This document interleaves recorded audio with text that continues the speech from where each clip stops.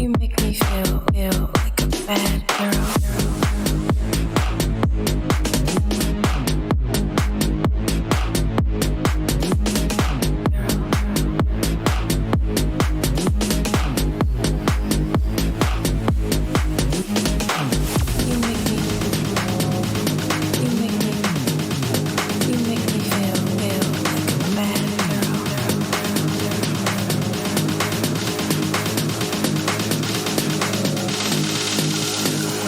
Make me feel like a bad girl.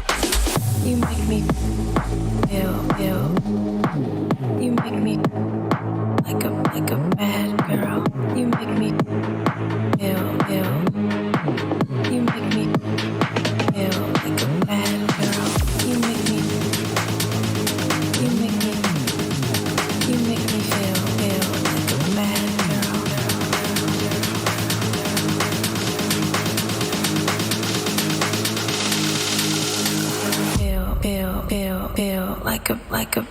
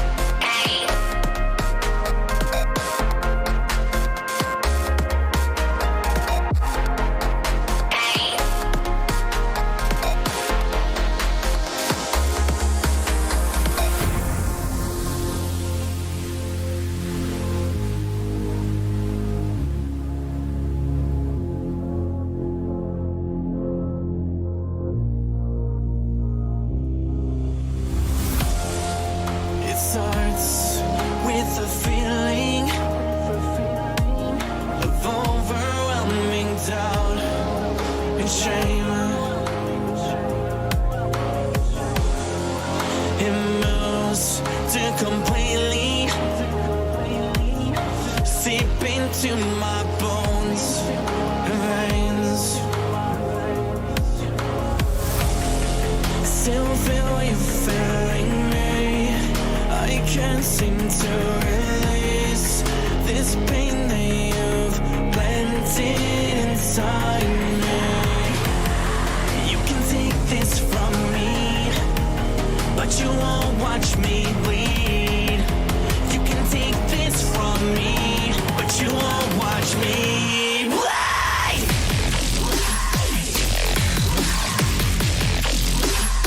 You won't watch me bleed.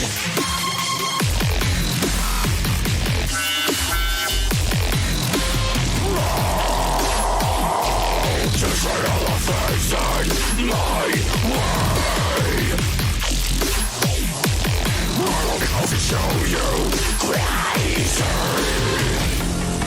Still feel you feeling me.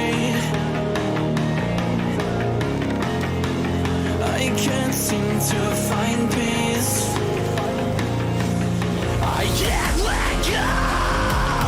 Every time you lose control, there's another blood I hold. When you stick and twist it now, so get those hoes.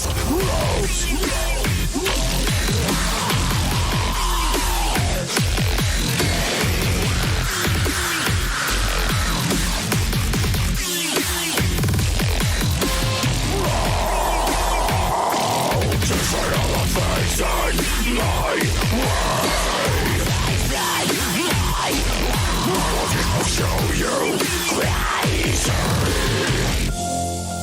It takes some time to realize it's not your fault.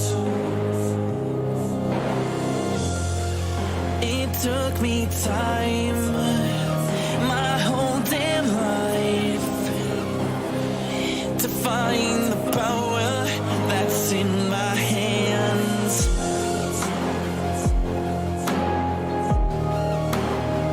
To find the power, to find the power that's in my hands.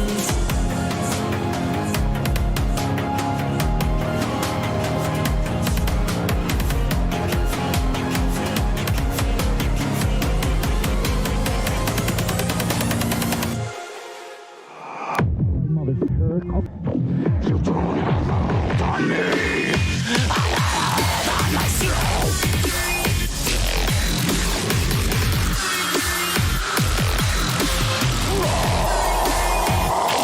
Just right on the facing.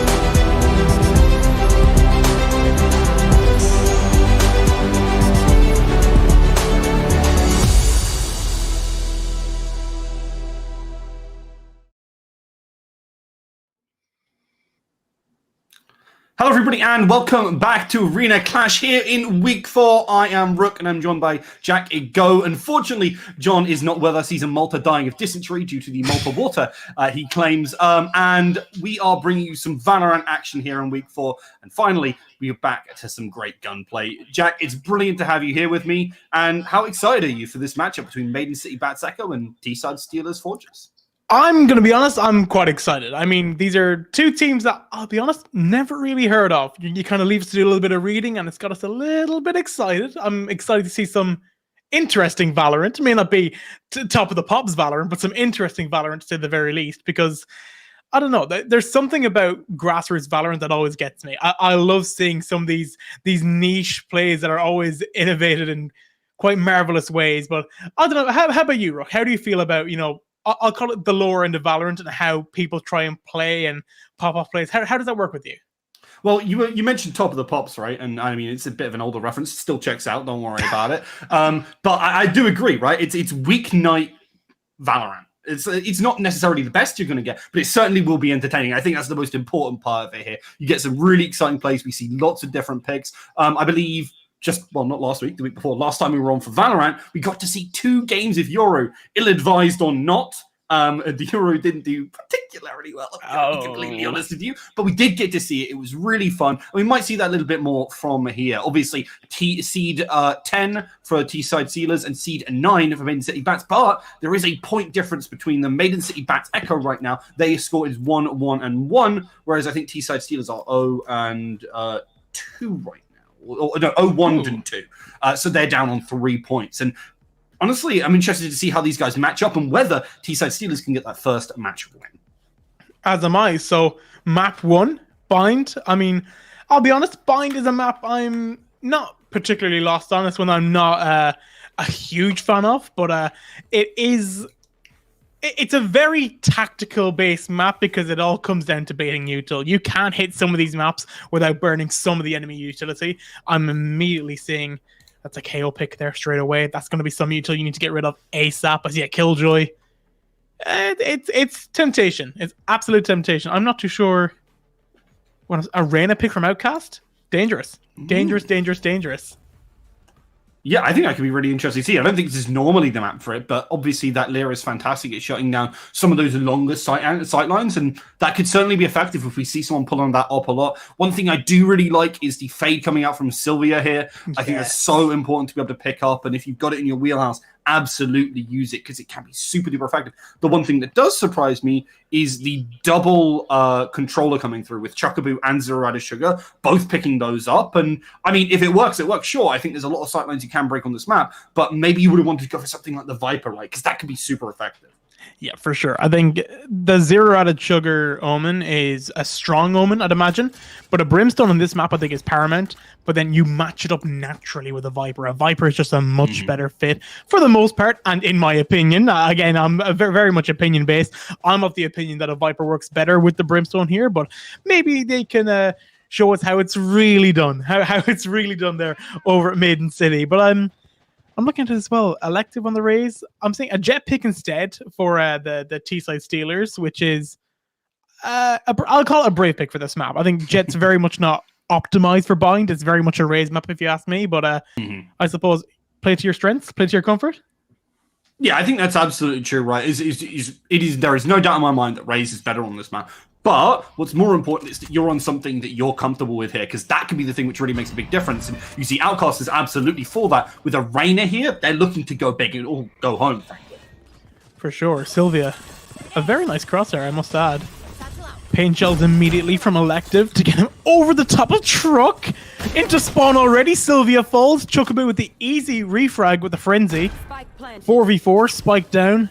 Sage's Ice Barrier cutting off that default box in towards Pocket. A very much standard round, if I'm being honest, to start things off as the retake begins.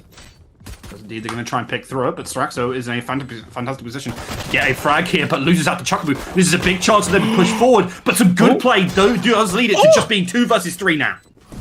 Ginger Nuts going crazy. 2v1, last alive is going to be Pagon, but the TP was hit. Hold on a minute. Oh no, Outcast has to run knife out to try and catch up. Pagon's going to stick this. He went to the TP at the last possible moment. Oh, Outcast! It could not have went more wrong. Oh my. That is heartbreaking for Outcast. She tried her best, but it wasn't enough. Yeah, that was so sad to see some good frags coming through on either side, but big mistake with the teleport there, and Pagong will be able to take that one with relative ease because, well, it was uncontested off those 2 nice frags and such little health as well, right? You've really got to be kicking yourself if you're Outcast there, and, well, they're going to have to really change up their plan if they're going to do that one. Sometimes you got to hold your ground. Sometimes you do. I think it may have been accidental, to be honest. I think it might have been Probably, yeah. just a bit of movement that kind of caught them off. Outcast just tapping away at the Killjoy's turret, now allowing for some sort of reposition. 3 people stacking towards the B side already for the defenders, who have got the first pick onto Elective. Tips like trying to get taps in, now sat in the Nana Swarm. Outcast falls. They all fall. Only one remains. It's Straxo, who gets 1 onto Chuckaboo, but 0 out of Chugger for 3 to seal it around that was pretty much sealed in paper already. Yeah, good frags coming through. They only lost 1 player, so economy not too badly damaged. And Chuckaboo is also getting relatively close to the ultimate, and that could be so huge in some of these early rounds. It's not quite as effective on the defense as it is on the offense, but it's certainly a fantastic way from keeping people from going for that plant if they want to use it kind of as they're rotating. If that hit on B comes in again, that could be really big. I want to see a little bit more from Black Mamba in how they're holding it down, because this character can be so brutal on this B site. People are pushing into it. There's a reason why sometimes you only see 1 player on this B site, and it's because, well, Killjoy can be so scary. Talking about scary, well, we're seeing that these duelists are getting aggressive. A different round 3 buy-up as well. I'm seeing Stingers and Cher spot out from the attackers. Outcast getting quick up on top of Truck, but inside of Lamp, Sylvia still holding and waiting. Stinger spray down from Tipsyke will take down the Fade, so it's a 5v3. A blast pack to try and break the wall will not do so. Paranoia used early. 0 out of Sugar gets the planter. Ginger Nuts down, but Elective refrags Pagong into Outcast. But Pagong swings to the wall a little bit too early for Black Mamba. In a 1v3. Will not get the first. Tipsyke will take it down in the first round on the board for the attackers. Yeah, really nice way for them to pick up the round and catching their opponents off guard there. So good bit of damage to be able to do, and frankly, they needed that to be able to try and turn the corner a little bit. Otherwise, it would have been a massive advantage for these defenders right now. And Maiden City Bats, they're definitely my favorites coming on into this. As I said, 1 point above, yes, but they've also had some impressive performances against... well, obviously, we're picking up their 1 win, but also versus the 2nd seed in Birmingham Bruisers Vulcan. Sure, they lost 2-0, but it was a nice set of games that they managed to play and showed us some solid performance regardless. Solid regardless. Boombot being used to take up all of Hucko where possible, running into that alarm bot setup. Put down by the Killjoy for the defender. That's Black Mamba. Paranoia with 0 Sugar to come in. Phantom spray down. Spraying, but not really connecting with the raise as Elective gets away with very little HP. Pushing elbow, trying to take that control, but Black Mamba holds off. Tipsyke has been good for 3, however. And for Tipsyke's efforts is now chasing onto an ace, I suppose. Isolating another, but Chuckaboo quick to take it. Elective finding Black Mamba, and now Chuckaboo in a 4v1 with 30 HP. Bleak prospect, not really doable if you ask me, Rook. No, you have to back away from that one. I think very sensibly saving the Rifle Heroes Chuck. Love the fact that Tipsy was getting so aggressive on that Omen, really making the plays work for their team. And, I mean, they were spraying and it was just landing exactly how they wanted it to be. Started off on that Spectre, managed to upgrade, and from there just went to town.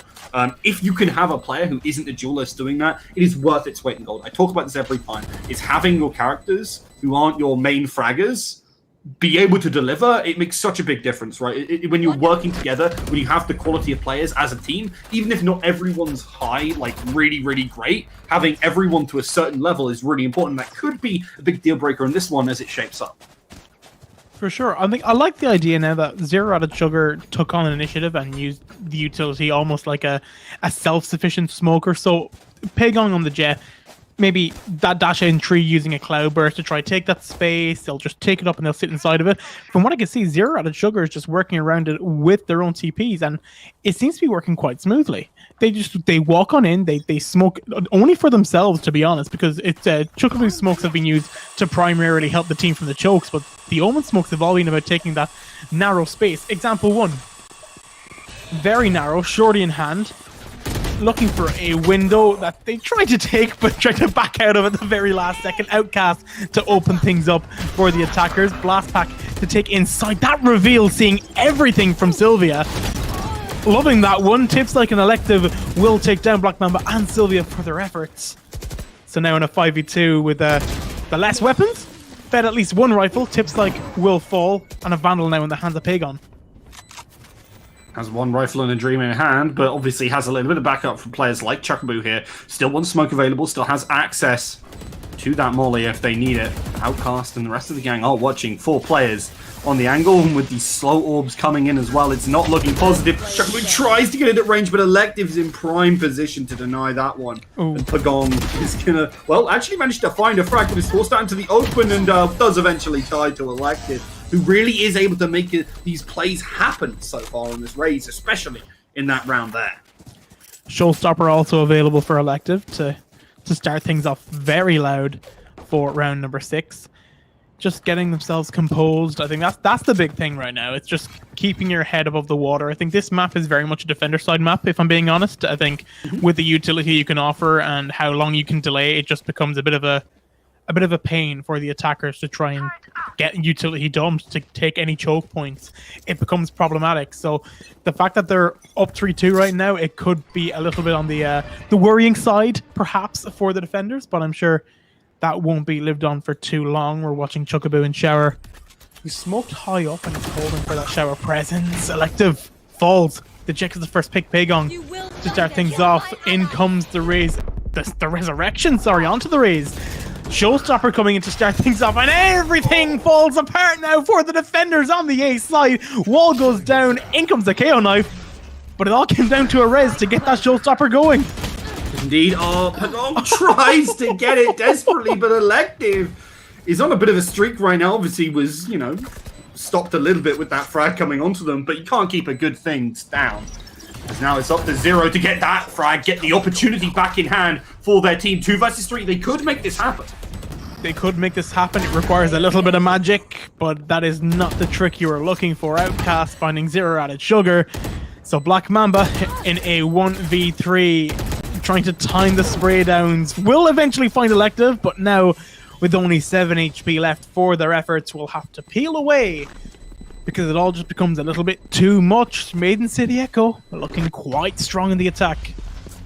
Yeah, really nice start for them, honestly. After rounds 1 and 2, I mean, it wasn't just because, you can't put too much stock on it because it was pistol and then force, but they looked like they had a lot of coordination, and so far, it's been those hits towards the B site or a lot of good utility coming in from the kind of, simply just the one smoker of Tipsfish has really been able to cut them up and give opportunities over to the attacking side to really just break through their lines.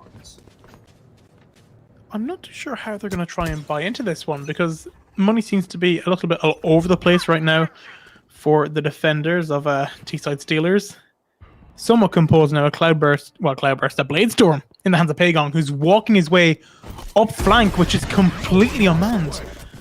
Straxel's going to come in now with the null command. Oh, Sylvia, good luck. Good luck. Do what you can. Anything works. Elective will take down Sylvia in a tough spot against that null command. Pagon, I think, just waiting now for this to all tick down, and I think it will now. Blazestorm back and active in a 4v2.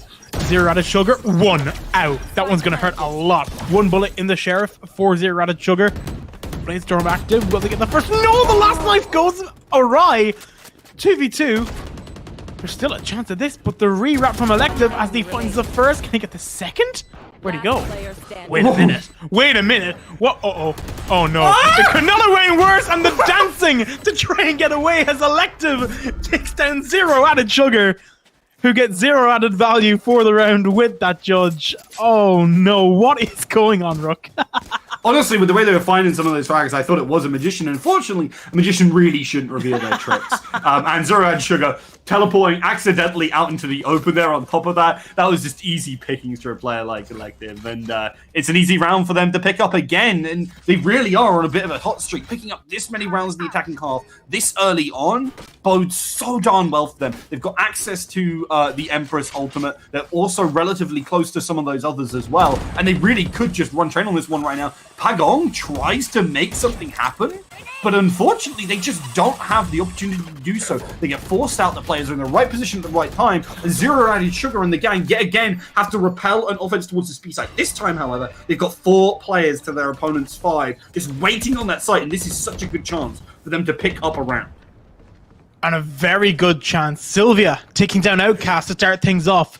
The perfect start, realistically, if you're on board with T-side Steelers for the round, because it forces the rotate. And when they force the rotate, Chuckaboo's going to hold up. But they're clearing each angle. There's the peek! A half peek from Tipspike, who falls. And now Chuckaboo has a lot of information. Wall goes up. There is going to be an orbital strike for the tap as well.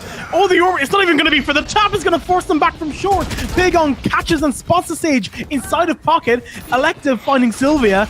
3v3. It's all just running its feet again. That incendiary slowly bouncing its way over the ice barrier. Sraxo finds Pagon, and it's advantage to Maiden City once more. I'm not too sure what's going on here, Rook.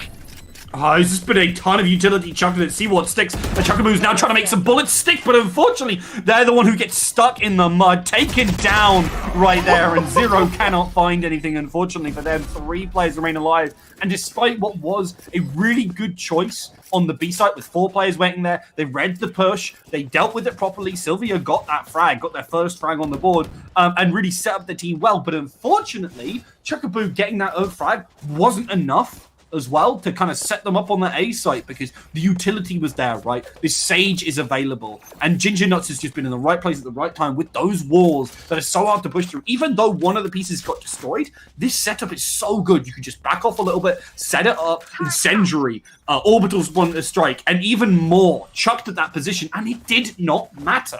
You really want the raise because it deals with that so darn well, and that's just a part of it. It is indeed. 0 out of Sugar. Sat now inside of the dark cover. Wait a minute. They could make something work, and they do! They get away with the pick! Elective folds 4v2. Well, in the interim, I didn't even notice it's only Outcast and the KO left as well. Now for the attackers, what is going on? It bewilders me how this has all came and worked, but it's just working right now as it would stand. 0 out of Sugar. They're looking for a better angle towards long. I think damaging Outcast is trying to make their way. Straxo with the fragment to clear out Cubby. Zap back as Outcast falls. 3v1 caught in the tether. Straxo gets 1 but won't get another as Sylvia secures the round, and the much needed round, I might add, for the T-side Steelers. That's the first round they won in 4. Yeah, well, longer than that. It's been 6. You can see it on the 6? screen right now. Wow, yeah. That's how bad Never it's mind. getting, right? That's honestly a respite from their situation. The problem is I worry it's only going to be a brief one, right? Pagong and 0 out of Sugar got 3 frags at the start of that round, and it still went surprisingly close on how that one ended. That could have easily flipped the other way. We've seen how Outcast is able to play individually, and Sraxo has not been any slouch either. It makes me worried that they're not going to be able to pick up too much more. And as we highlighted before, this is defensive half. They've got to deliver at least something here. I think Chuckaboo, Seeking's position is great, but you don't provide much else on the map, and that could be a problem for them. It could well be. I think all that space taken and no use for the showstopper that just shifted its way through lamps. No value. 8 orbs down the drain, if you ask me. Nightfall comes in. Out come the tethers. Oh my. He's forcing them all the way out of lamp if possible. But happy to give it back. 0 out of Sugar. Falls once more. Sat in the cloudburst up top. Spray down. Pagon gets away. Black Mamba and Sylvia both getting picks and value from their rifles. 4 versus 2. Outcast does have Empress online, getting the first, getting the second. Another one for Tipspike, and it all comes down to Black Mamba. But Outcast for 3. Wow, wow, wow, and wow. You were right about that minor retrieval. That's all it was. A 4v2, and it still falls apart. I mean, again, Outcast on this Reyna has such fantastic dueling capability and clutch situation. I mean, when the timer is ticking for them, that's where the problem really starts to come in. They've got the onus on them to try and make a push, and Outcast is easily able to force the defending side, to force Maiden City Bats Echo into, frankly, a perfect line of fire for them. They just spray away, get a couple of headshots, and pick up a round as a result. Again, a more default setup here from the attacking side, and Pagong really wants to play spoiler to it, but is a bit impatient. Doesn't wait for the chance to find a pick there, and that might be a bit of a mistake we might see later as they're pushing up aggressively again, this time in a slightly different position. The ping is short for damage. The first pick already. Down to 2 knives in the Blade Storm, Ginger Nuts, and the Reign of Outcast Swarm Pagon, who did get the first, but the first was all it will be. Frenzy in the hand for Chocobo, who's fighting towards the back of Lamp and now attempting a retake. Ice Barrier comes in, Elective takes down Chocobo, who starts his retake a little too early. So a 4v3 weapon disadvantage, trying to retake Lamp against a Shorty. Elective, you're going to have to back off that one, I'm afraid. Impossible! Sylvia trying to get rid of the Ice Barrier with the Vandal in hand. Any damage being good damage for what this is, and blinding Elective behind the wall and getting one. 3v3. Oh, the reveal in hand, the Haunt. In fact, revealing Ginger Nuts, who stared down Sylvia as it was thrown. Black Mamba finds Ginger Nuts. 3v2. Outcast still in short. Straxo still in short. It all comes down to this. Zero added sugar in a 2v1. Gets the Shrouded step away temporarily, finding one, but blinding himself inside the smoke and with no bullets. A calamitous round hitting the TP to save the gun. But what is going on? I still can't make sense of this. It's 8-3 to Maiden City Echo, but this is just all over the place. Every round is absolute carnage. Yeah, it really is. It's just the utility that's constantly going out there. Honestly, we didn't even see as much as we would have if if Tipsish hadn't died early on. That would have been even more difficult to pass. But really well played again by the attacking side. They know what to do once they've got that spike down. They don't have to push. They can play defensive, and that is what you were talking about before with the strategy element really coming on in here. You've used that utility effectively, and it's so important because none of it's getting wasted. No one's forcing anything out from them other than maybe a boom bot or anything, and that's a real problem. Again, time and tide wait for no round, and that's a real problem if you're Maiden City Bats Echo. It is indeed a real problem as they all start to walk on up. Spray down with a Vandal from Zero Added Sugar. Getting the first pick now onto Straxo. Judge in hand, making anything work. Anything at all. How about 3 for Zero Added Sugar? Get another one. It's Outcast last alive in a 1v5. Getting the first onto Zero Added Sugar. A bit more pressure on the line, but Pagon will take it down. And at the half, 4 rounds is the deficit, but 4 rounds is not the most... well, not the tallest mountain you could climb in Valorant terms. No, it really isn't. And look, that was a great last round for them. Again, Zero Added Sugar and Pagong being the real playmakers for this team, be it through cheeky cheese from Zero or from just raw kind of aggressive play from Pagong here, who's just being able to land those shots time after time after time. There's a reason why they're competing. Both these players are competing with Elective for top fraggers on the server.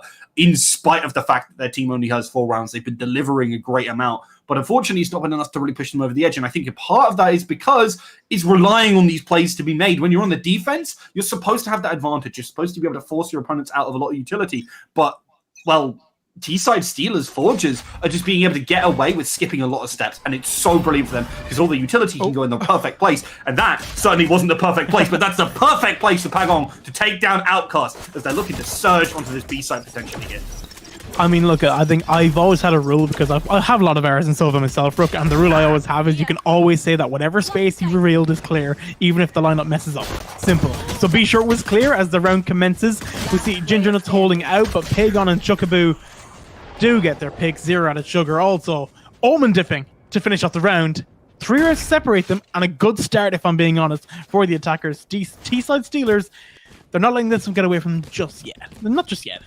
I think an important thing to be able to do is stop Pagong from being able to tap away on those heads because that was brutal with the Ghost there. Really able to shut down basically anyone from doing anything. Outcast player that we were kind of looking towards the previous half for really able to deliver some of those frags. did not have a great start to that round at the very least. Obviously, might do a little bit better once they have those rifles, as it was 2 rounds early on for this now attacking side before, but they weren't able to keep up the momentum. And I think that's, again, the big question we have to ask. Can they deliver? Trying to win the running race here, I think. Pagong hoping to take this space up quick. Shrouded Step on top of sight, full blind, feeding a Spectre to the enemies as they all start to begin their jump out from Hook. Ginger Nuts will fall out to the Jet of Pagong. We're caught inside the smoke and they have to clear everything. Fragment comes down, but now they're being overwhelmed by the arsenal of weapons that they have. And now all the way from spawn, I think that's tips like, 1 versus 3. Spike being planted backside there, that comfortable. 6 HP for the Jet. I mean, at this point, any kill's a good kill just to force them into buying another weapon for this next given round. But how did they go about it? Caught up on top site, just holding, hovering, waiting for the right moment. The reveal comes in for Hook as well. That will in fact spot the Omen as they all divert their attention to this Hooker walkout. The jump shots, everything coming in. 30 HP, make that 0. Chuckaboo for 3, and 2 rounds to separate the sides. A good start on pistols for the T-side Steelers. Yeah, really well played, honestly, by them to be able to kind of pull that out, because I really thought that we were going to see Tipsish find that a little bit more, and just one more frag would have been pretty damaging to the economy. Now they're not too bad of space. Zero doesn't have to buy up. Honestly, I expect them to potentially pick up the judge here, given their track record. But it could certainly be interesting to see. Surprised, most importantly, the Black Mamba, apologies, has bought that Vandal, because that means they will have so little money in the next round if this one is not won. And this is not a confirmed round. This is where we saw T-side manage to flip the script in the last half. Let's see if they can do it again. Elective holding with the Vandal while aiming down sights gets the first onto 0 added sugar. The paint gel to force them out of that position at Hook. It's a B hit, that much we can 100% confirm, but now that B hit, they've just done a full abort mission on, I think, deciding to go back towards A, but grouping up all as one, and I think leaving Pagong towards long to try and bait some sort of contact and keep the attention over towards B. Still no sight hit, forcing Sraxo and Tipslike back towards A. And now the indecision's kicking in because Ginger Nuts finds Pagong, and now Maiden City have a little bit more control than they, were expecting to have. Dark cover coming out. Here comes the paranoia, forcing them back to swing. A half second too early, you'd think, but Tipslike gets 1. Spike now going down. Spray down through the smoke coming in from Sraxo. Keep it going, you'll find them. No! Just a little bit too wide, if I'm being honest. Ginger Nuts now. Attempted retake. Spraying down. Pocket will catch them out. Another pick, perhaps no. Outcast and Elective to find Chuckaboo and Black Mamba. 3 on 2 becomes a 3 on 0. And 3 rounds now to separate the sides. Lapse in judgment a little bit there, giving a couple of frags over to the attacking side. But on the whole, really nice round to be able to pick up and being able to thwart pushes on multiple sides. Really nice kind of usage of that there, and they don't fall for the split play. And again, we're kind of seeing what we're talking about in the map selection, just how important these agents are and the utility. I think the most important thing for me is the fact that Pagong and their crew don't have access to the Sage. And I mean, sure, they've got access to a lot of smokes, they can kind of do that, but people could spray through smokes, and they have and will kill you. In a lot of these situations, it's really scary quite how often that has. Elective just managed to dodge, and that could be so impactful here. It can be indeed. Elective still getting to stay in Lamp. I think the rule of thumb is no Sage wall equals shower. That's the only rule that I know when it comes down to trying to plant on A, especially on Bind. Up on top of the wall now. Ginger Nuts finding Pagong, falling back, taking some space again, waiting. The re-swing from Outcast, who finds another onto Black Mamba. And the attackers, it's all crumbling, but Chuckaboo is keeping them alive. Sylvia finding Ginger Nuts 2v2. Sraxo and Elective versus Sylvia and Chuckaboo.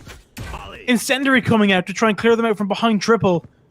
It won't allow them to re-swing in front, but they can still swing quite deep if they wish to. They do swing deep. Sraxo finds Chuckaboo, and now Sylvia, with 13 HP in a dream, will fall to the KO. It's 10-6.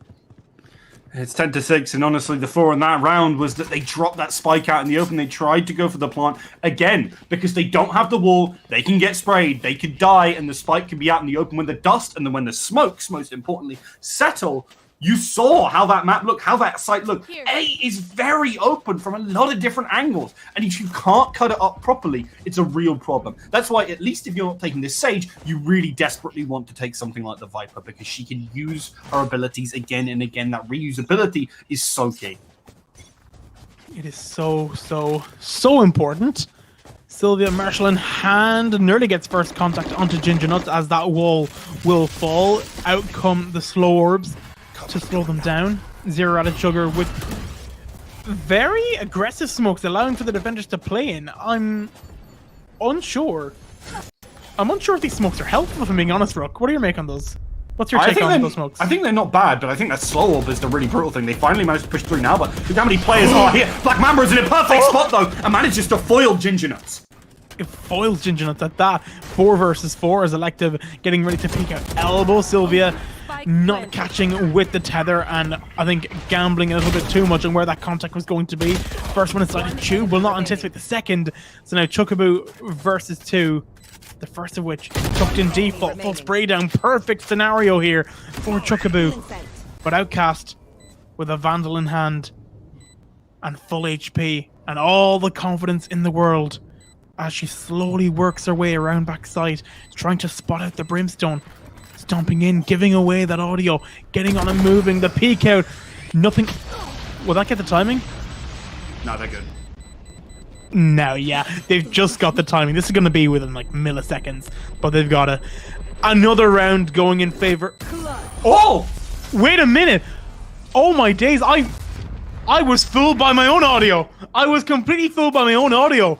That orbital strike has just saved the round from beyond the grave. Wow, Chuckaboo. My hats off to you, sir. Well played. Wow, I can't believe you picked that up. I mean, there's also like that split second where Outcast took some time to press the 4 button. Yeah. Which could have been the difference. I mean, 0.23 of a second, it's not a lot, and it really could have made the difference. But I'm going to give it the benefit of the doubt. Chuckaboo heads up on that play, and if they'd been just that little second faster, it would have made the world of difference. 3 rounds advantage right now for the attacking side, for the defending side. Let's see if they can keep that, because rifle's still in hand for the attackers, and I know the Maiden City Bats, they do not want to let this happen. They do not at all. In comes the tailwind. Immediately to take the space. Zero out of sugar. On top of triple is Tipsyke, who's getting away with this. You can't keep getting away with this. Just looking at nothing. He's reloading in the open. I don't understand how this is working. Chuckaboo will punish Tipsyke for his efforts. And now it all just foils over to the B side. So Sraxel's going to be first contact if they very well can. We see the lockdown coming in to try and cut some of this off as they all group up from the TP outside of Hookah. So now this post-plant setup is going to come in, but how are they going to set themselves up and be ready? Classic in the hand already. Black Mamba catching Ginger Nuts with only a classic to work with. It's a 4v3. It's not completely undoable, especially when Outcast has a rifle. So now all this effort has to come in. Sylvia will also fall. Another pick somewhere. Where will it come from? Out towards Long and Elbow. They're the final 2 players. Black Mamba and Paygong, who finds 2 that line up. Oh, it's magical. It just is Sraxo. Now with very little to no time to work with, hoping to get the shot onto Black Mamba. That won't work, but Paygong for 3 saves the round. Completely saves the round for the T-side Steelers. Takes it away and makes it a 2-round differential. Wow, I cannot believe Paygong actually managed to find that one there. They lined themselves up perfectly. And you could see right then, I mean, Sraxo was like, oh, this round is not winnable from here on out. We had to win that initial duel, and the fact that Paygong managed to even double up, they were looking to get that refrag, but it was just no dice. Knives available again for Paygong here, so even if they lose out on that rifle, their economy won't be hurting too much. This is a really strong position for the now attacking side to be on. Maiden City Bats, they've got their chance to really make a comeback on what looked like a pretty dire start to this map. Oh, and all of this utility coming in, and Zero added sugar gets 1. Tipsyke falls, 5v4. In with the from the shadows, straight towards heaven into tower on A. Paygong holding out. The Leer comes out with the peak. Outcast punished.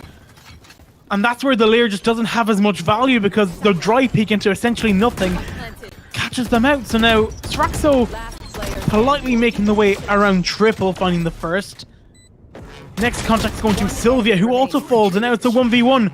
It's Pagong versus Straxo. And timing is of the essence, and this timing is going to work out so well for Pagong, who just waits, and strikes. While the iron's hot, it's 10-9, only one round to separate them. And if I was a betting man, I couldn't put my money on it, Rook.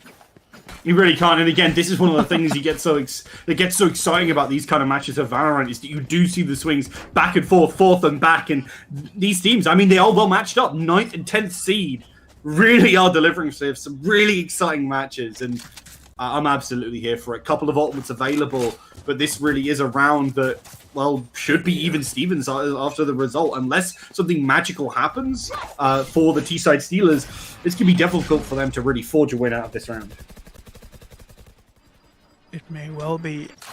This hold towards A, very aggressive from the defenders who just grouped up on A short for first contact. Ginger Nuts not getting the first as Zero Added Sugar takes down the Sage. 5v4, Nightfall to try and take site, forcing Straxo back towards spawn. But the Blaze Storm is far too much to deal with for the defenders. Outcast, okay, not a fan of the blind fire through the sky smokes, but I guess it works to keep them in towards spawn. Phantoms, everything being used to keep these defenders at bay, to disallow them from making this retake. Tips like for first contact onto Zero Added Sugar will not have enough to do.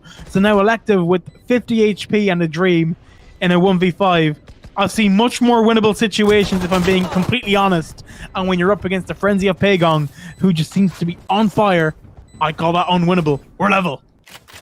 I will say the only reservation I really have about that round is the fact that they invested 2 ultimates. Now, great, lock out the round, maybe invest 1, have something going there, but the fact that they invested 2 means that they now have nothing. And it wasn't like anything was invested back. Ginger Nuts was not going to waste the res. The Empress was completely irrelevant there for Outcast as well. So they now have an advantage in terms of weapons and in terms of that, sorry, not in terms of weapons, is they have equal ground in terms of weapons and an advantage in terms of ultimate economy. This is a real chance for them to flip this back on their head. They just need a couple of rounds to lock this up. And you can see that T-side Steelers, they're not giving up. They really desperately want to pick up this first map.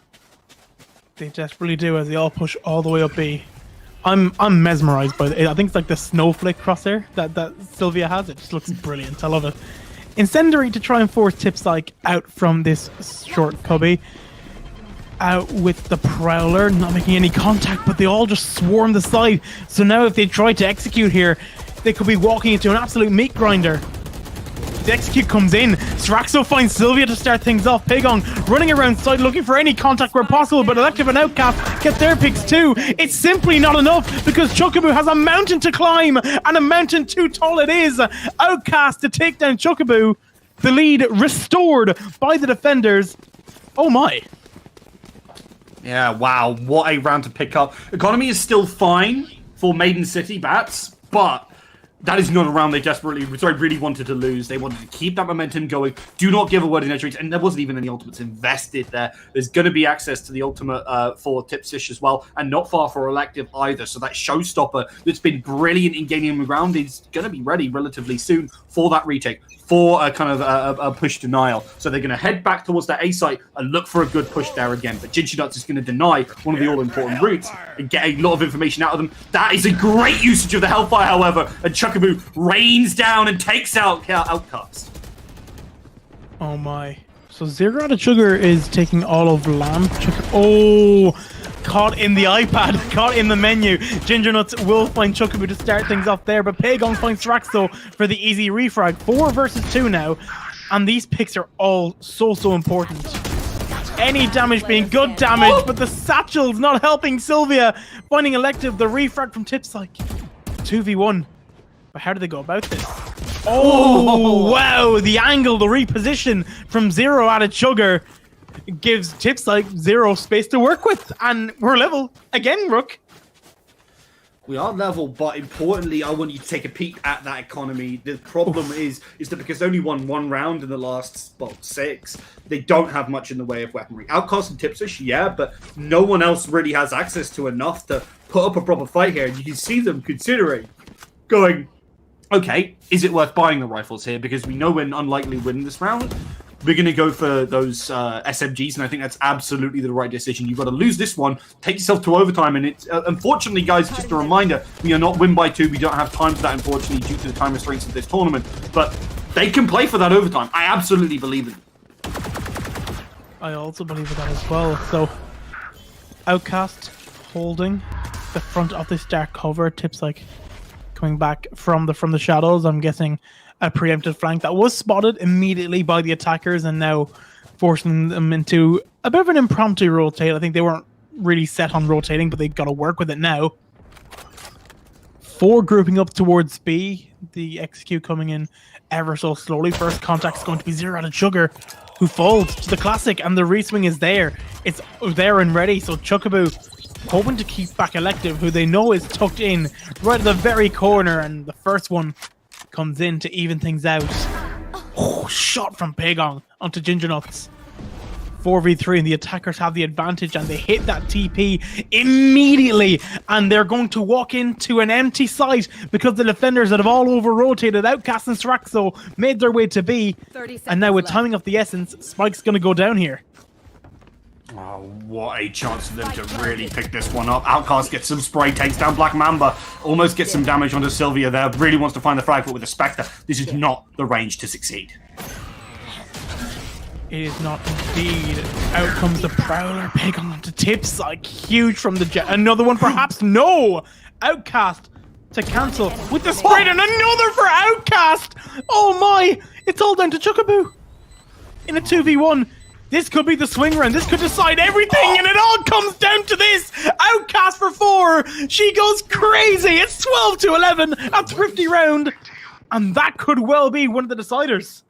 Hey, yeah, a brilliant performance from Outcast there. No money, no problem, as they managed to deliver what is the masterpiece round if they're going to be able to pick this one up. And now their economy's back in position, exactly where they wanted to be. Problem is, opposing side still has access to it too, with Pagong with access to those knives, with Black Mamba access to the lockdown, which they've been using fantastically so far this game. That is an opportunity for them to really push the boat out and really find a chance. Sraxo, however, very close to that ultimate, and that's why you see them pushing on this right side and side of the map. They're going, can I get this off? If so, that's a deal breaker for potentially for this round. It is indeed. Ginger Nuts holding now. Ice Barrier goes up. The sprint towards Long in the first one immediately for Ginger Nuts as Chuckaboo folds. And there go the smokes. They do have secondary smokes to go in. Pagong with the refrag tips like Pagong for another. It's 3v3. They will have a lockdown and a null command. Lockdown comes in. The null command to counter on the attempted retake. But they just have to sit back now, you'd find. They have to sit back. Pagong swings. Gets Sraxo. Outcast punishes for that reswing. Oh, Lear caught in hand. Timing of the essence. The resurrection will come in if it can. The spray down will work. Elective for Sylvia. But Outcast to clean it all up. Black Mamba will fall. Oh my god. What a game that was. No utility usage because of that ultimate coming on out from the KO. So impactful there. Allowed Outcast and Elective and the rest of the gang to push forward aggressively, find the frags they so desperately needed, and in spite of a fantastic performance, frankly, from Pagong, they were not able to pick up the round. Maiden City Bats, unfortunately, find themselves 1-0 down to the T-Side Steelers Forgers, who just looked on fire this game. There were a couple of slip-ups, yes, but they showed us how good they were, especially when they were seizing the initiative with aggressive plays like we saw in their attack. I mean, some of the compact plays they made, I mean, we kind of questioned that pick off the Brim and Omen, but I'm going to be honest, I don't think that was any of the real problems that were there for the T-Side Steelers. They stalled a bit. They were a bit reluctant to take side hits, and they just relied a little bit too much on Pagong's to go crazy, to be honest. They just relied on Pagong's sheer aim to carry them through that one, but it didn't really work out the way they wanted to. No, I think that was the thing we kind of highlighted, right? Is having access to a lot of players who are very solid is often more important than having that one fragger. Look, having one fragger is, I mean, it's exciting. It's cool. Oh, yeah. It works. And it certainly can be fantastic. But when you've got that teamwork, that really can make, well, sorry for the classic statement, but the dream work. It delivered them such fantastic opportunities in the way they use utility. And on that map, as you kind of highlighted right at the start, utility and how you use it and the strategy, it is king. It is, and I think I'm looking at this now, 5 first bloods from Paegong, matched by the 5 by Elective. It's just those explosive, fast, quick entry duelists. They're just something else to work with. They're just a force to be reckoned with. That's the best way, a force to be reckoned with. Yeah, and unfortunately for them, they all too often met with an immovable object in that Sage Wall, which made such a difference because there was no raise to back up the way to kind of bring it down. So unfortunate for them to see, and unfortunately that time timed them out. But speaking of time, we are going to go to a quick break as we get ready for the next match. Don't go anywhere, because we'll be right back with more Belong Arena Clash Valorant action.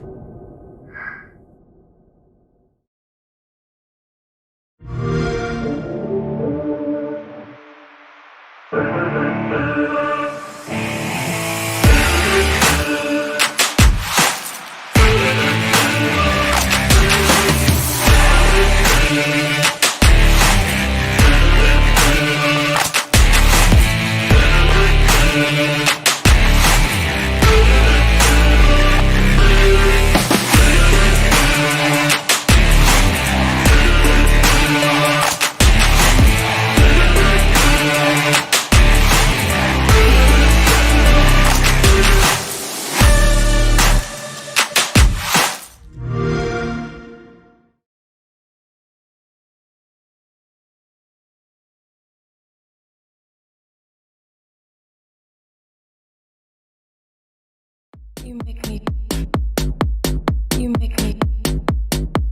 me feel like a bad girl. You make me feel like a bad girl.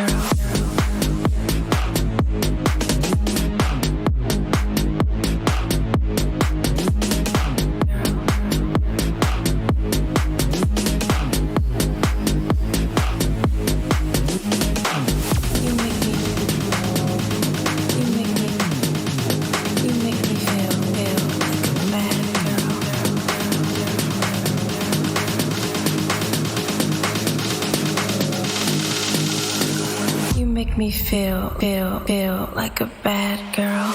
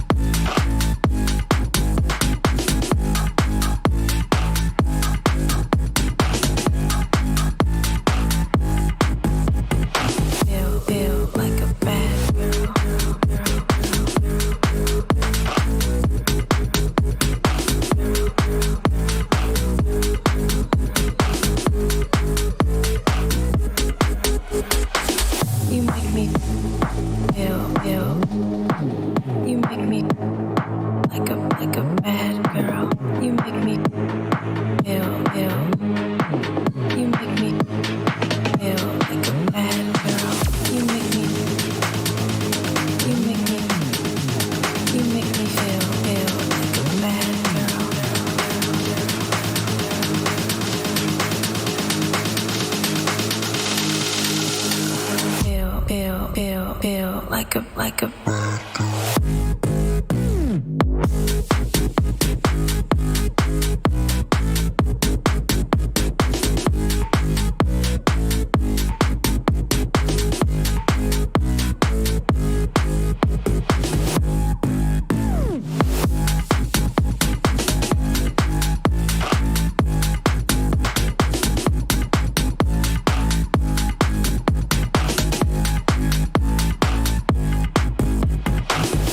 feel like a bad girl.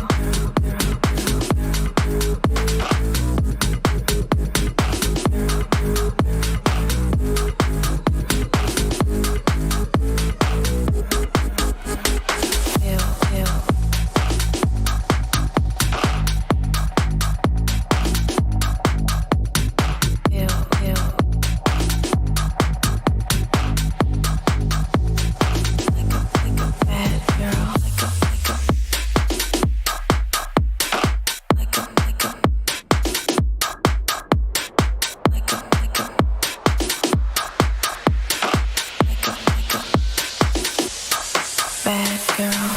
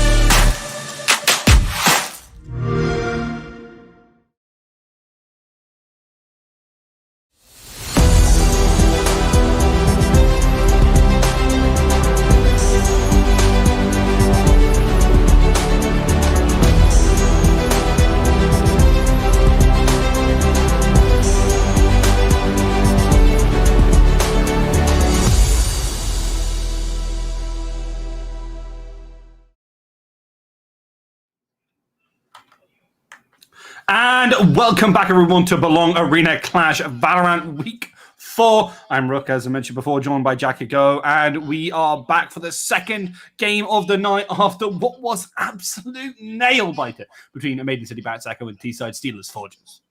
Yeah, it was a nail-biter. Went down to the very end, I suppose, in regulation time, 13-11. You don't get closer than that. I don't think you can get closer than that, really, without going over the edge. But it just came down to sheer gunfights, confidence. I don't even think it took necessarily incredible skill or like setups, anything like that. No crazy utility. It just came down to sheer confidence, and as it stands, Maiden City had that little bit more. They did indeed. Honestly, I think that they used the utility really well, and that was a big part of it as a whole. I do have questions, though, as to whether that's going to be impactful as much on the next map that we're going to be seeing, because obviously bind is so important on the utility, whereas other maps, I think, frankly, we might see Pagong really pop off, really deliver on those numbers that we saw in the first game.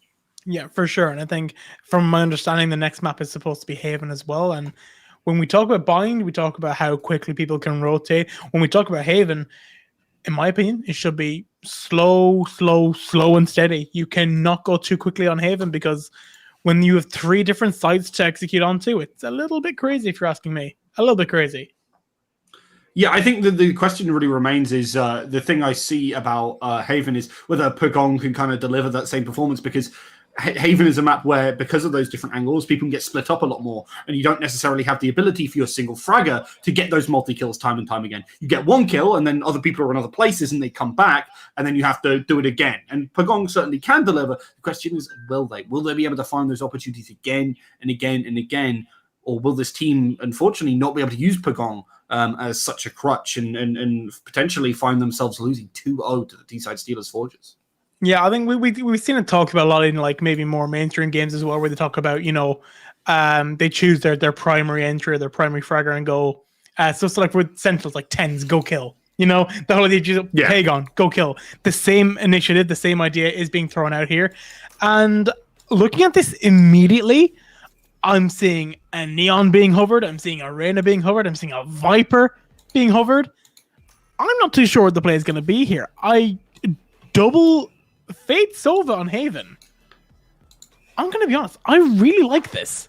I think it's interesting. I completely agree. I think being able to have so much information can be a massive part of that. I love the fact that Pagong is over on that Phoenix. I am so down for that one. I love the fact that people are actually bringing this agent out and what he can bring to the table. Fantastic individual playmaking, and I think that is exactly what Pagong needs.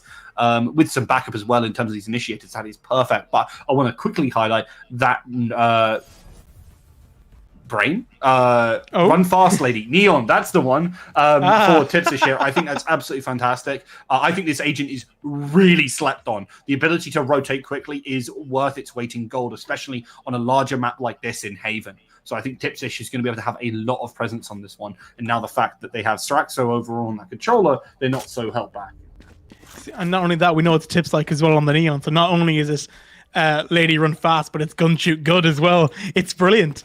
I mean, we're talking about a Reyna and a Neon setup, so I think the Reyna allows for more lurky type plays if Outcast is going to try and take up space maybe elsewhere while the rest of the team plans site execs. But with a Neon, it's very much loud, explosive, flying in, trying to get damage done. So we'll immediately see the attackers getting themselves sorted. We'll see T-Side Steelers prepare themselves for the first half of this Haven map. Of course, they are down by 1 map, so it is a little bit on the tough side. They do have a bit of a mountain to climb, but it's not undoable as the action begins in map number 2 of this week 4 setup. Straxo jiggles along, spots one, falls away, and I think now already understanding it's a bit of a stacked A hit as all the utility comes out. Curveball immediately from Pagong to try to take space. Reveal comes out to spam from Heaven. Elective finding Chocobo to start things off. And all of these smokes, everything being dumped to force him out of position. How does that shock dart taste? That's down to 34 HP for the Phoenix. Zero Rabbit Sugar now getting the plant down and getting the peak out. Now Relay Bolts coming to delay. Now in comes Tipsy in towards Graffiti. Another refrag comes in quite quickly. It's all Pagong who finds one but can't find another as Elective for 3 holds up strong, and that's going to be the first round on the board for Maiden City, who start up where they left off. I like players that don't necessarily need to be stuck on a single agent to be effective, and Elective is just that, swapping entire roles over towards that Sova, and still able to deliver some good performances in that round. I mean, 3 frags to kick things off, denying the plant with a shock dart, really understanding what's important. And I think, again, this team has proven in this first round that they're not here to play, they're here to use that utility effectively and deny everything they can. I like the fact that Black Mamba is over on that Sage to potentially bring the wall, but players are ready to deal with it, and I like the fact that we're seeing that this early on. Obviously, this isn't the be-all, end-all of this map, but I like it as a start. Launching smoke. Okay, so watching this fast garage stack, I think they're ready for this contact, but was Outcast ready? I do not think so, as they all start to stack in. Only a stinger in the hand, but getting 2! Only a stinger? What am I saying? I'm just making it up on the spot now at this point. Make it 3, Black Mamba for 2, and 24 HP in a 2v1. And this incredibly unwinnable round becomes somewhat winnable now for the Sage, who sticks the plant for that extra cash, but will fall to the stinger while aiming down sights. Saraxo makes it 2-0. I love the fact that those stingers were so darn effective. Even at range, this weapon has been kind of honestly slept on, in my opinion, for a long time. And finding frags like that, I mean, you see why. You can just pump so much lead, and when there are so many targets there, it's kind of hard to miss. It's very hard to miss. I mean, there's 15 bullets in the mag. I think it's something like 20 damage per bullet, and their spread isn't that wide. It's just a very... That's 3 players a clip, I'm just saying. Yeah, I think the only issue is that the clips are so short, and that's why the stinger is a bit... It's a bit, you know, it kind of... It makes me feel a bit uneasy whenever I'm using it myself, but I do understand the appeal, and I think while they're playing like this, going very fast, very hectic, why not make it go quick? Or tips like... Backside spotted by the Sovadar and by the Fade reveal. Oh, this is where the utility could be a bit too much for tips like. The relay bolt to try and get himself out will not do any work at all. In fact, the spray down will help Zero out of Sugar to get the first blood onto the side. And now the attackers here of the T-side Steelers have got themselves a side pretty freely. Yeah, well, it's not free. They invested a lot of utility, but they did get a frag for it. I think that's very important. The question is how things will go after this. Ginger Nuts already gets 1 with access to this scout. Sorry, Marshall even finds 1, but can't quite land any more headshots here. With the dart going in, this could be a chance to move forward, but Saraxo jumps the gun and unfortunately finds themselves on the end of their opponent's gun. Elective is getting into a very cheeky position here. Pagong, though, knows that they're pushing out, does get the spray, takes a little bit of damage for it, but ultimately will lead their team forward. Outcast to hide back around. They're looking for it, and they were holding down that angle. Now, it is a round win, very importantly here, for the attacking side, but yet again, at what cost? The repeat while reloading, I'll be honest, not optimal. Not the best use of movement keys, I suppose, while you're trying to get the bullets back into the chamber, but 2-1. For the time being, Maiden City looking solid, looking strong, seems to be quite comfortable, but now I'd be worried if I was part of the T-side Steelers, because that's an overdrive already in the hands of Tipsyke, and we're only 4 rounds in. This could get messy and fast. Really good, dude. Ginger Nuts has honestly been a key part of this squad. Love the fact that they understand how important their utility is. And holding down angles like this, even manages to trade 1 for 1, taking out Chocobo there. Yeah, a lot of utility invested, but Pagong not really able to get too much out of their ultimate. That run it back kind of being wasted. They will get control of this. It's a B site, but that was kind of irrelevant to whether they utility or not. Tipsish pushes forward. Unfortunately, the Nightfall is that little bit late, and Zero added Sugar will completely deny that chance. And in fact, they have to be doing a little bit more. We're getting pushed around like this. Pagong is so aggressive. And Elective really wanted to do something with that ultimate there, but was way too early and jumped the gun. Yeah, I'm not too sure on the Hunter's Fury play. Oh, really not too sure on that pick from Zero added Sugar either. Out comes the firewall, which will allow for Sylvia to take some shots away at Outcast quite freely to even things up. What was that? The Hunter's Fury from Elective was brave, was bold, but was, well, essentially too much. Yeah, just keep brave and the bold for superheroes. That one is not what you want to be doing. Elective, unfortunately, way too far forward, gets caught and yeah, wastes it. And now, because they didn't manage to pick up that round, the economy is really shifting back towards this attacking side. but obviously they can still find something. Tipsish on this Neon with the Judge. That's going to be a scary position to have to deal with. If they push into Garage, say goodbye to at least one head, right? Well, you would hope at least one. I've seen some real mishaps with Judges where maybe you think you're going to do more damage aiming for the head, and it just completely folds on you. I think this B presence was there preemptively just to try and bait them into moving off of their sights. Now some of these Prowlers will be heard through A and it forces a rotate, but that rotate is what I quite like because they all group up towards A and B, but the destination for the attackers seems to be C for the time being. Outcast spots one in window, makes a call out, and we see the regroup come in. And now, essentially, 40 seconds in, we start off back in spawn with the same regroup with just different positioning. Relay bolts into Garage to try hold off Paegong from his peak. Ice Barrier comes in to buy more time. Backside with the Judge Tips like using his fast lane as well, taking all of this space. The wall goes up and the spray down with the Judge. Nothing seems to be working just yet. The Hellfire dealing more damage. Shock darts. The Judge getting a pick now onto Elective. And now Chocobo down long with 27 HP and 3 adversaries. It's this is going to be a bit of a tough one. If he wins this, honestly, fair play, but this is going to be one hell of a job. I mean, yeah, if he does win it, but unfortunately he's up not where he wants to be lane without a ride. And unfortunately, he's going to go down to Outcast in very short order. So 3 rounds on the board, they managed to strike right on back, and there wasn't the most economy invested in that. So it's pretty solid for them. They get a couple of rifles, and they're able to buy up around that, which is look over towards the other side. They are going to be able to buy it for most players, but Sylvia, importantly, is going to be lacking. Lacking for sure. So now we all just wait to see how this is all going to burn on out. So I'm seeing rifle buy. That's a Marshall from Sylvia. I was wondering what the buy was going to be because it just seemed to be a little bit on the short side for the Fade, but I think it all comes together now. It's not sorry for the Sova, I apologize, instead of the Fade. Outcast gets the first one onto Paegong to start things off. So at the very least allows for another rifle to be siphoned up. So 4v5 to start the round and now forcing some sort of initiation. Outcast getting rid of the Prowler, but I know they have to just sacrifice that time and allow the rest to happen. Tips like aware that all of this space has been given up and holding this off angle should be good for one, is good for one. Paegong falls. I mean, for me personally, Rook, if I'm Tips like all the way down long, I'm gonna let Paegong walk up, given that false freedom. I think it's better to take Paegong and kind of let it happen, because without this duelist, you're not going to see anywhere near the kind of dynamic plays that you want to see from this attacking side. And they're absolutely happy to take that one. You need to kind of not mess around and sacrifice the advantages you have, I think, importantly. And I think Tipsich makes the right choice there, knowing that their team from here on out absolutely has this one in the bag. 0 added sugar, the only one remaining, position completely known, Spike in no way, shape or form under their control, but a shot like that could start to turn the tide.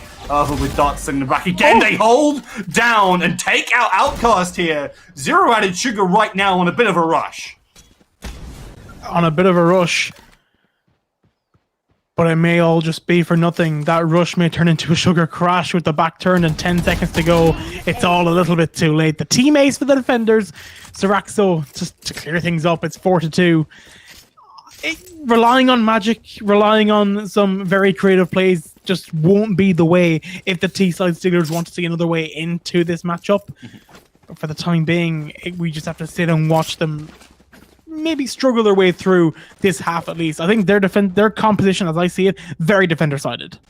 Yeah, it really is. So they should have a bit more success there.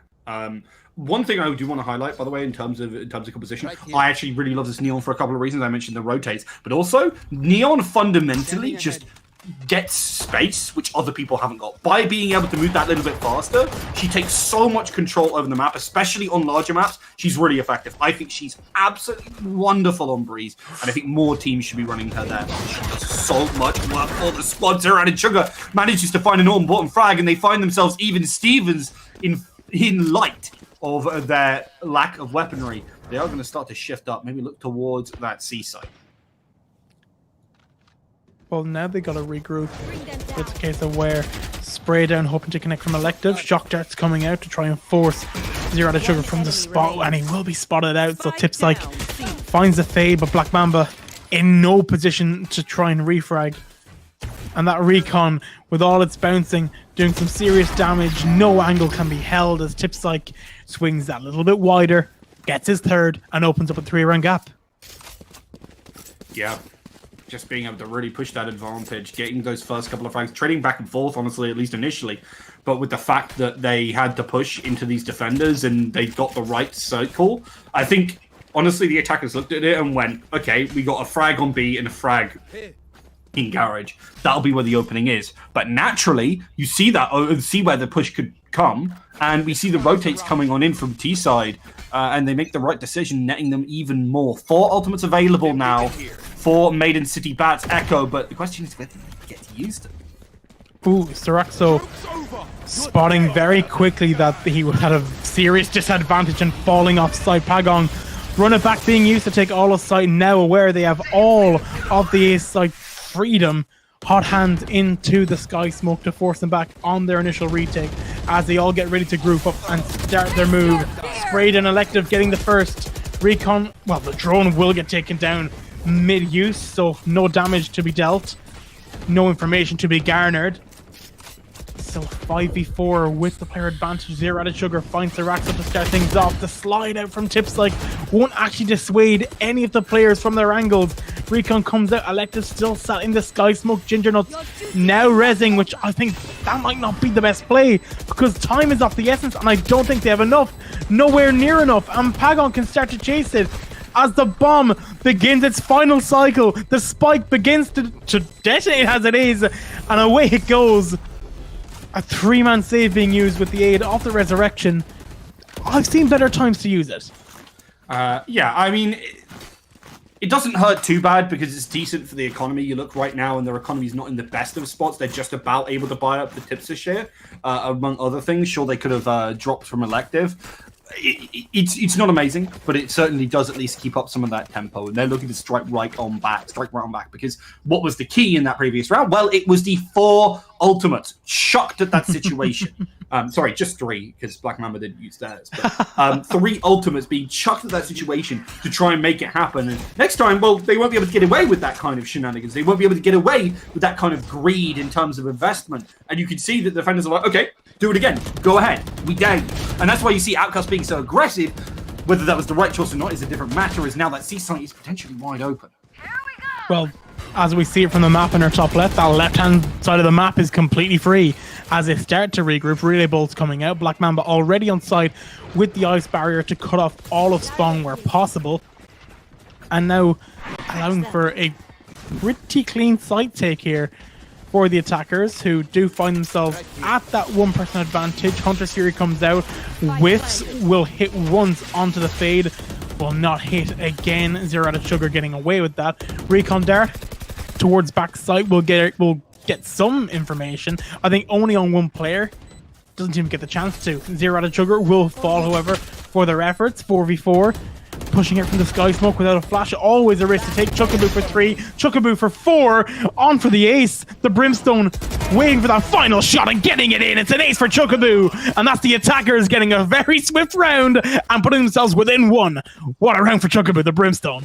Yeah, that was so big for them. They were able to, as well, get onto that site with nearly no investment of utility. The fact that Black Mamba was able to just walk onto Seaside, put up the walls so far back, denying them any chance of pushing forward, was so big. And it was all down to Outcast being that little bit too aggressive. We were highlighting before how good it is when they're in the right positions and when they've got backup. But when they're alone, Outcast can't even get refragged in that situation. So that is the perfect opportunity and the perfect juncture for the attacking side to now even things up on their own third turns. Pagong sat now outside of that window, spraying towards the Sage Wall on B, which has been used repetitively but hasn't really been of any value as they all group up now. Well, I say they all group up, they all just spread out a little bit more. I think it's Pagong's up towards B. We're seeing 3 teammates now attempting to rendezvous towards spawn. So we're drawn towards A, basing out 3 players from the defenders into rotating, but no initiation made outside of that. But Zero Added Sugar not fully clearing the corner, and Outcast getting 1, and not only 1, probably the most important one with the spike. Elective finding Pagong, who did find Siraxo for his value. Outcast gets 2, gets 3, and Ginger Nuts to secure it out. 6-4. The defender's in much better form. Yeah, I mean, it's kind of been seesawing between these two teams, much like the first game, right? We saw these players so happy to kind of play their own game, play their own style, and it doesn't really matter whether the side maps are attacker or defender favored.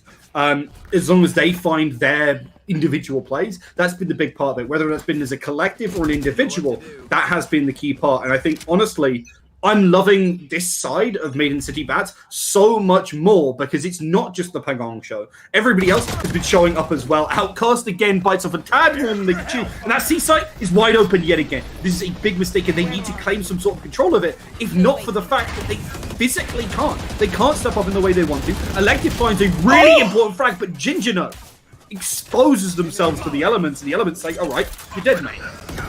So my biggest issue there is that if you're spraying through a smoke, naturally you want to use a Phantom just to remove the bullet tracers, but a Vandal just gives away a little bit too much intel. We're seeing the Hunter's Fury now coming out to try catch anyone on their walk-in. No damage being dealt by Sylvia's Hunter's Fury. Now Black Mamba having to fight Spawn back here. Oh, spotting Tipslike, not getting their shots off as Tipslike finds the Sage. 3v2 now, make it 2v2. Another great shot from Tipslike. Now Recon comes up, Haunt goes up at the same time. Information gathered and barely traded out from Spawn, but 2 of them now towards backside. They're both aware of the positions. Stomping around on the side, the first peek comes in, the re-swing from the right. The perfect double swing coming in from the attackers. Zero added sugar, secures the round and puts them within 1 at the end of the half. Yeah, really well played. The last round of the half. Really well played there by Chuckaboo to kind of swing out wide, knowing and trusting, importantly, Zero added sugar to be able to hit those shots. Really shows that the team is on the same page and that they can kind of pull off these strategies in the same way, because even if Tipsich had hit that shot, it would have been the refrag coming through from Zero added sugar. It would have been the round, and that's the most important thing. It's not about getting your own frags. You know what you got to focus on. So now again, it's A presence with this same initial Phoenix Flash towards B that won't really get any use as it would. Nightfall comes in, will immediately hit the Brimstone of Siraxo, who falls back, happy, content to play for the next bit of contact. Sky Smokes going up now to allow them to plant. Shock Darts coming in, putting Black Mamba to 5 HP. But surviving somehow. And now this full-scale retake comes in. It's 5v5 Rook. Indeed, Ginger Nuts wants to try and make it an advantage, but instead gets caught by Pagong yet again here. And Outcast finally manages to make up a little bit for some of their earlier mistakes as Elective sets up with that information, with that dart into the back. They managed to take down Black Mamba, but here's the run it back. He's so big for Pagong if they could find something, but instead they're sent from whence they came and they really just can't find those openings. But with that flash, they're able to find just what they need. Another crag for the Phoenix here, but it's not enough to take them over. And that is 7-5 in that first half. And yet again, it's going to be the round going the way of T-Side as they take that advantage. T-Side do take that advantage and they live with it well. Impressive so far. In fact, it's Maiden City, sorry, who have that lead. It's 2 rounds in the favor of Maiden City now, and it all changes up. So Outcast with a very good clutch up, if I'm being honest, just to try and take down that final bit of damage onto Pagong, who, I mean, he had 3. It was 3 he took down initially, 2 versus 1. It required an ace clutch, and I mean, look, an ace clutch. I mean, that's why that's what you wait to get. You know, those are the clips you live for. But I mean, given the circumstances, a little bit too tall of an order. So 7-5, 2 rounds is the difference now between these two sides. 6 rounds away now in this tie. If you're on board with Maiden City, another map is the only option for T-Side Steelers if they want to try and take this matchup entirely. Reveal comes in, Tipslike spotted, spray down from the Frenzy, not getting damaged. The tether, the counterplay for the Neon was perfect. It could not have been more perfect as the Neon folds. Everything falling apart there for the initial entry, but the spike goes down. Still, I'll say somewhat uninterrupted, with only smokes being used with the ice barrier. Siraxo evens things up with the next pick, and with the next 0 out of sugar onto Elective. Shock Dart enough to push them out of position, but Ginger Nuts still so comfortable. 3v2. Oh, they were ready for that one. 0 out of Sugar. In the right position at the right time. Chuckaboo wants to catch him off guard. Wants to treat it to help, but there's Straxu waiting in the wings. So big for this squad to pick up that pistol round and potentially get themselves going, because pistols were not where it was at for this squad in the previous map. So it's nice to T-side. Maybe they finally steeled themselves to their opposition and might be able to force themselves to win. They've got to try and force themselves over the line somehow. They need to. They really need to for their sake, because at this point it's starting to slowly like slip out of their reach and it's becoming a little bit problematic. So now we sit and wait. Outcast not buying up, I think, even though they won the round, comfortable with the ghost and no shield. That takes some confidence. Not too sure how the rest of this is going to play out now. Recon Dart to try and take the initial contact on this site. Pagong still with the shorty. We'll get the initial peek out, but Elective quick refrac out tip psych onto Sylvia. Oh, the stinger. It's just too good, Rook. It's a 5v3 with a serious weapon disadvantage. This would be something if they retook. This would really be something. Again, the neon kind of highlighting, if you're not in that space, it is physically not yours. She could be there faster, she could take control, and even just, you know, slide past you, continue to fight. With the rest of the team in position, holding down these angles, it's looking positive. Outcast gets Black Mamba, and with that, Chuckaboo actually manages to find one, but it's only one, and that is 9-5, a solid second round, yet again for Tisa. Only losing their Sage, and I'm going to be honest, I think Ginger Nuts got quite blindsided by a flying brimstone with a shorty. But what can you do when Chuckaboo jumps around a corner with a shotgun in his hand? I mean... terrifying. Yeah, you try and react, okay? You try. It ain't easy. It really ain't easy. In my opinion, I'll stand by this. The shorty is the most underrated and underrespected gun in the game for 150 credits. It's a hill I'll die on. I'll be honest. It's incredible. But... going into this bonus buy, having only judges and stingers, and maybe that shorty as well, I don't know how winnable this will be unless they get this beast like quite quickly.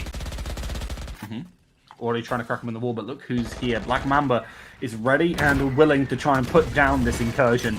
But it really comes down to the utility, and again, Chuckaboo's in the right position at the right time, really solid on this brimstone so far. As you see the darts going in and 0 out of Sugar kept away, expecting to push the pinch and come onto the C site, so making sure that no one's hanging around.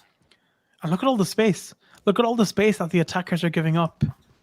So Maiden City, they took all of B and took nothing else. They took no other real route, and the defenders with their rifles still just staying very disciplined, not trying to take up any space, still sat towards spawn. I mean, the most aggressive angle I see anyone holding is that Sylvia towards B, who now falls off the spawn at that. It is an A regroup, an A hit. There are 3 people waiting for this side hit now. As the walk-in comes in and 3 gets spotted. Straxo finds one at the pig on Black Mamba, finding Elective, but Straxo with another. It's 4 versus 2 now, as Outcast finds Chuckaboo. Oh! Sylvia nails that shot onto Outcast. Now the L-drone comes in, the orbital strike to force it out of tower. 3v2, Phantom and Guardian in hand. The defenders have to make this work. That's exactly what they needed, though. Close right, very weak. Oh, and the cross will work, but tips like for 2. And I think it'll be a collateral, if I didn't see that wrong. A collateral. It's 10-5. Again, the problem was time was not on their side. He was ticking away, and Dipsish was, as you say, holding a really solid cross there. As soon as they tried to peek out to take out the player on the other side, it was just curtains. Even though Sylvia hit some good shots really nicely with the Guardian, it wasn't enough to push them over the line. And I think they're going to have to use some of these ultimates that are coming up. Obviously, the Nightfall, the Hunter's Fury very close as well. They've got to be utilizing that if they want to bring themselves back into it, because right now it's double digits for their opponents, and anything else might be, well, very difficult, but massed guns will do it. Unfortunately, they're not very good guns, and the Vandal will tear you apart. Oh my god, they will tear you apart, because Ginger Nuts has just got himself 3. Oh my days, Ginger Nuts, she went absolutely crazy. I don't know how she's managed to do that, because they've all just ran out with stingers, and they've all just been headshot 1 by 1. Outcast gets Black Mamba as well. And this Stinger Garage Rush round, which looked like a good idea in practice, or in principle perhaps, hasn't worked out in practice, because now Sylvia's got a... well, she's got a 1v5 on her hands, with a Stinger, a drone, and no shield. Elective on their own. Can he pick this one up? Sylvia, he's right there. Oh, Just get sprayed. Oh, the dart! What's going on? Okay, finally Elective takes it after what was a bit of a kerfuffle, frankly. 2 rounds in it, and they might take this map with relative ease. Haven seems to be very solid for the defenders right now, and T-side, yeah, it's looking good. It's looking very positive. I've been loving the way this squad has been playing, with Outcast showing up more and more as some of these rounds goes on. With the backup from all of these players, look at the assists on that squad. Elective and Strexo over on 5, and Ginger up on 11. With all the backup and space that Tipster should be bringing as well. This team is working in harmony, and I love it. Yeah, it just looks quite strong. Black Mamba, I think this Ice Barrier we saw a few times on the other half, and it worked the exact same way. But what we saw the attackers do every round was just spray it down and get rid of it. They just dealt with it immediately, had no real problems. And then it just force rotates. Now they are getting rid of the wall eventually. I think that's Sylvia from window. Just dealing some damage. Chuckaboo, the walk in now, that layer too low to blind Chuckaboo in window. But Chuckaboo unconfident in the aim, hitting the crouch key a little bit early and having to spray down through the wall. So now 5 versus 4. C-side being opened up as 0 out of Sugar, finding Elective. Tether. There's so many different tether routes to follow there for 0 out of Sugar. He just had every bit of info available to him, but not that easy. Pagon falling back in towards spawn. Relay Bolt not connecting with the Phoenix. Sitting deeper again, if at all possible. Ooh, there was a headshot there, I think, through the corner of the Sage's Ice Barrier. So it didn't deal the primary 160. So they all sit back. Curveball to force him off the angle. The retake is starting to come in, but how will this work? There's first contact. Tipsike finds Pagon. 2 now backside. Overdrive online. Won't matter. Won't matter at all. Outcast finds Sylvia. Zraxo to take Black Mamba, who traded out Tipsike. And now 7 series points on board for Maiden City. Yeah, they have so much time to work with to pick this one up. They've got the rifles aplenty, and you look towards the other side, and sure, I love the fact that Zero and Sugar's going to be picking up that judge again, and it certainly could find some frags, but whether it's going to lead to a win, that's an entirely different matter. 3 ultimates to work with. The res is close to Black Mamba, but they're lacking in that all-important firepower, and I don't know if they're going to be able to have enough. They don't have access to those agents, like, for example, the Chamber or the Jet, who can bring out a weapon with their ultimates, so they...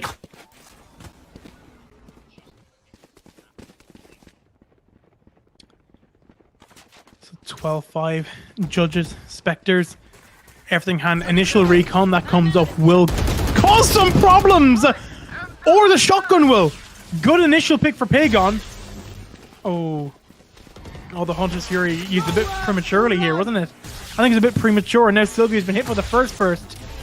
Well, by the second one, sorry, and then by the third as Elective gets it through those walls. Judge in the hand for 0 out of Sugar. Just chip damage working away at Black Mamba, but it becomes a 4 versus 1, and Chuckaboo will fall, and Outcast will rise, and Maiden City Bats Echo take down the T-side Steelers, and, well, it was tough. It took some serious work, but they got the job done.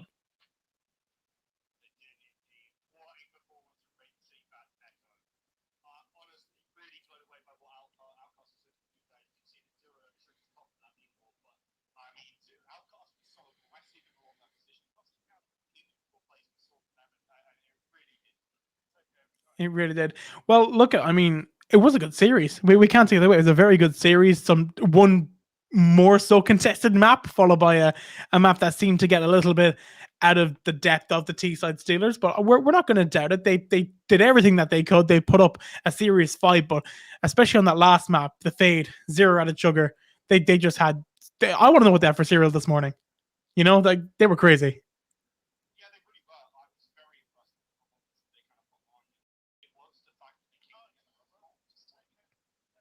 Yeah, so it was a bit of a tough matchup, I suppose, on the hands of the T-side Steelers, and I think for this team it was a bit of a rough one at that. But either way, that was a very, very good best of 3 for week 4 in this series that it was. Thank you guys for watching. We'll be back this time next week for the next matchup in this series. And until then, we'll see you.